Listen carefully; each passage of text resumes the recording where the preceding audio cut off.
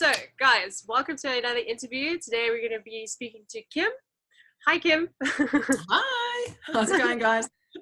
All right, so Kim, please introduce yourself. Tell us what you've been up to lately. Well, cool. Hi, everybody. My name's Kim Woodey. I'm an interior trainer. Currently sitting at home with the isolated by the coronavirus, but I've been working providing interior training courses for about the last 4 years now, and working both shoreside and on board yachts, as well as in private resorts and villas. I did 9 years working on board larger yachts, cruising around the world, which was great fun, but also pretty trying at some stage. So I've got a pretty good idea of what everybody's faced with on a day-to-day basis when you're actually running and trying to run a successful interior department and keep the boss happy.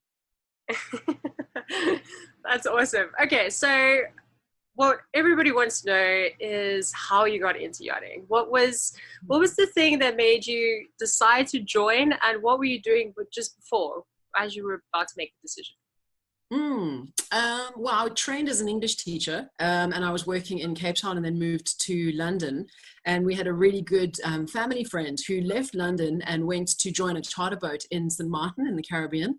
And she was sending these amazing postcards of the Caribbean sunsets and the long white beaches. And I'm looking at the postcard and looking out the window, and it's raining again. And I thought, I don't want to be 65 years old wishing that I had taken the chance and gone into yachting when I had the chance, when I was young enough to do it.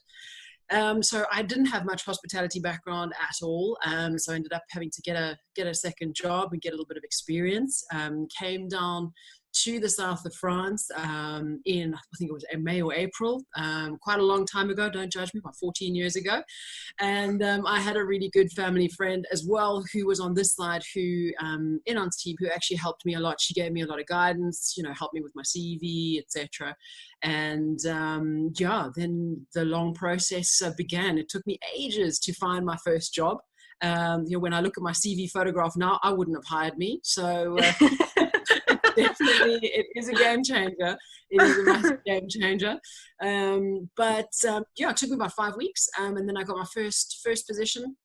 I did the season as a deck stew on a 65-meter boat with liveaboard owners. So we had a trial by fire, 97 days without a break. It was a bit intense, but I had a good team and really, really enjoyed it. And then kind of from there, just kept moving on. I wanted to actually be a deckhand when I finished my first season, because I thought, no, the boys have way more fun outside on the jet skis and helping the guests out with the diving equipment, etc. So did all my courses and things, but back then they weren't really hiring female deckhands. So I kind of started running out of money and then had to take the next job which came up, and that happened to be a new build project in Hamburg, Germany.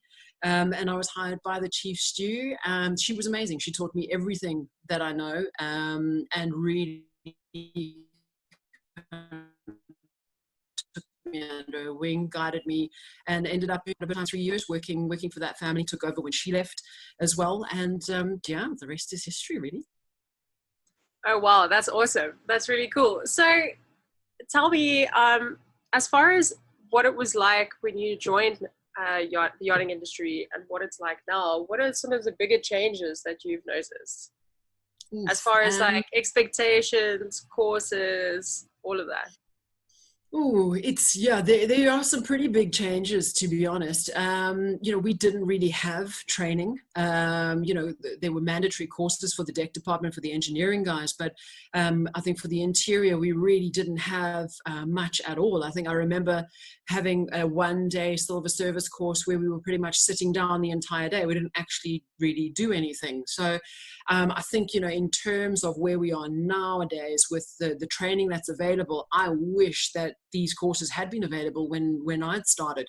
And I think there's a lot of us who are kind of, feel the same way in terms of we've had to learn by trial and error, whereas now we've actually got people who can show us and guide us. Yeah, that's true. There's so much more information available right now, which is really awesome. Definitely. Okay, so another question that I'd like to ask is, what is one thing that you wish you knew, that you know now, that you wish you knew when you started? Ooh, wow. Ah, you don't drop the hard ones in there, hey? Or let's say, what is a piece of advice that you can give someone that is just about to start in the industry?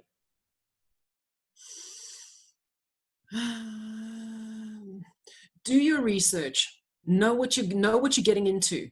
Because I think a lot of the stews and the stewardesses and stewards. So by stews, I mean, you know, both the guys and the girls who are getting into the industry. They're getting into an industry that they think is Instagram. They think it's Facebook. It's all got filters on. They see a really good friend of theirs or a friend of a friend who, you know, left their home and went and got a job on a boat, and all they see are the amazing, you know, photographs of the sunsets and the parties and this and that and the other. And we don't tend to take photographs when we're scrubbing a toilet or when we, you know, on, you know, our 15 straight without having sat down. You know, so do your research, know what you're getting into. You know, the hours are long.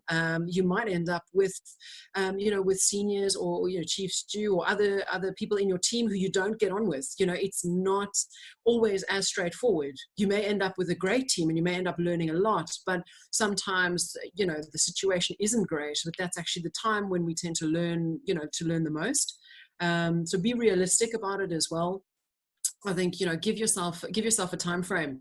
You know, make sure your CV is looking good. Make sure that you've done, you know, you've done, if you can, you know, just introductory courses. You know, that you've spoken to at least 3 or 4 other people who are, you know, established in the industry, and, you know, who can give you a bit of guidance and say, look, you know what, if you're going to rock up with, you know, with that particular haircut, it might not be so good, or, you know, make sure you present yourself well, you know, etc. It is unfortunately quite a superficial industry, if we can call it like that. It is about what you look like. It is about how you present yourself.